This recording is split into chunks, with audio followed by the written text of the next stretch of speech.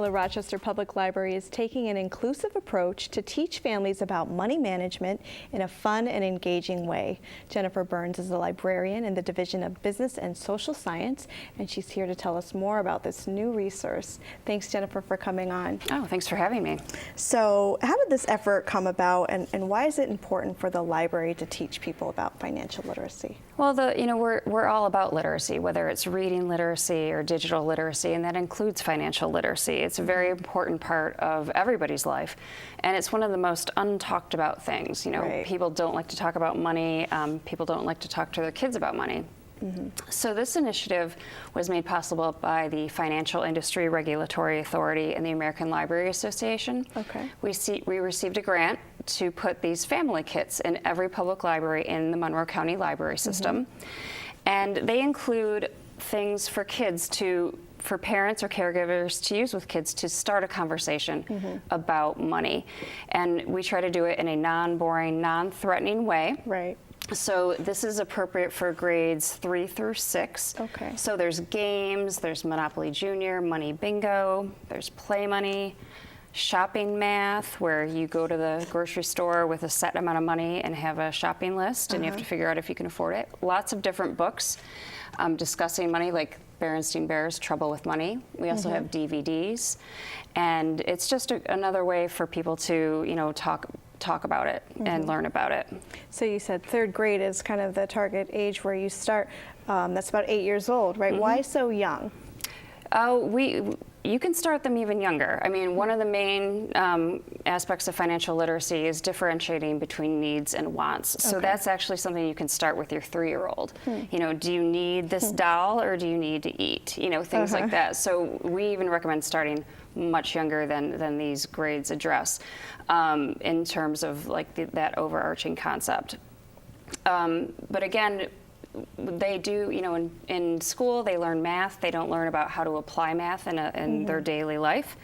And this is a way for them to incorporate math and how they'll actually use math in their life. Mm-hmm.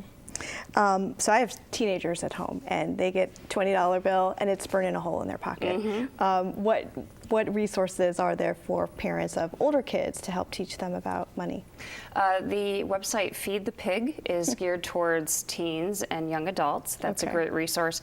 And then also the website moneyasyogrow.org that goes through age 3 to young adult as well, mm-hmm. about different things that you can do with your child to help enforce those messages. Sure. What are some of the other resources that the library offers for financial literacy? We do a lot. We obviously have a lot of books on the topic, whether you want to have a book to read with your child or a book for you to learn more about money yourself. We have books that are geared towards teenagers specifically. Mm-hmm. We also have DVDs, and we also offer programming on financial literacy concepts, mm-hmm. like the psychology behind our decision making, or how to identify investment fraud, or just how to make a basic budget. Sure.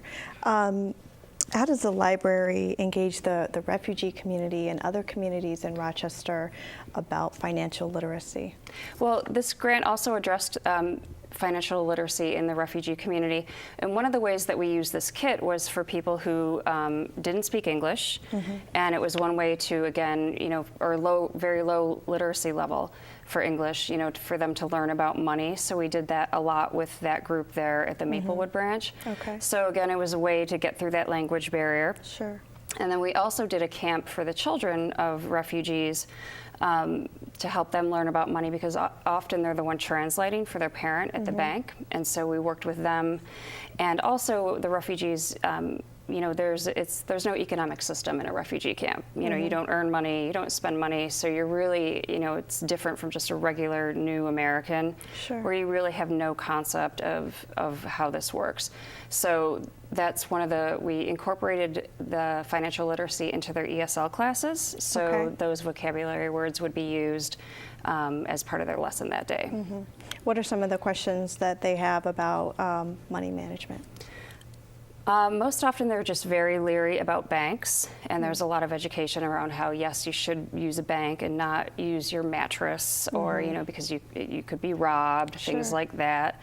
And the aversion to credit cards or credit of any sort, even so, a lot of times, most Americans, go way overboard on their credit, but it's important to have a credit history. Sure. So teaching that is, I don't want this credit card. It's like, but you need to establish credit in order to buy a house, buy a car, start a business.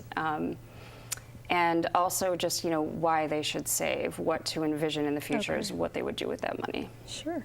What other community partners are involved in this work? Are there any local banks that have stepped up?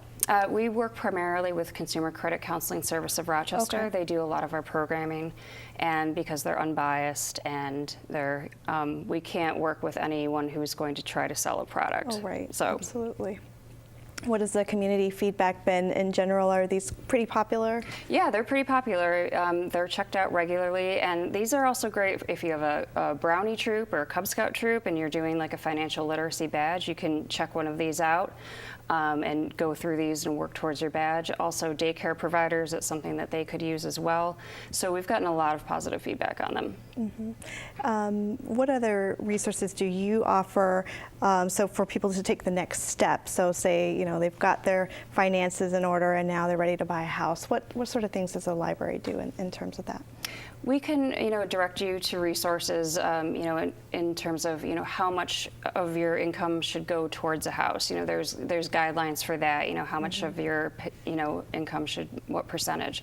And then if you're all set in that area, then we also have a lot of resources for people that are ready to invest and how to invest safely and wisely and what to look for. And then along those lines, I know you work with entrepreneurs in Rochester, so obviously your money situation needs to be right. And then what happens? Yeah, often people come to us, they want to start a business, and they may not realize that their credit score is going to be the credit score for the business if it's a sole proprietorship or LLC. Sure. So they have to get their credit score in order to proceed with a business. So that's we come across that all the time.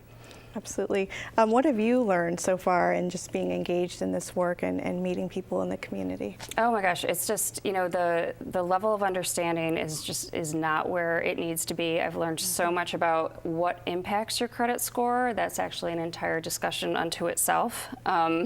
So, understanding why that how that factors into your life, not just in terms of like credits, getting credit cards, but it affects a lot of different aspects of your life, including your employer could look at your credit score.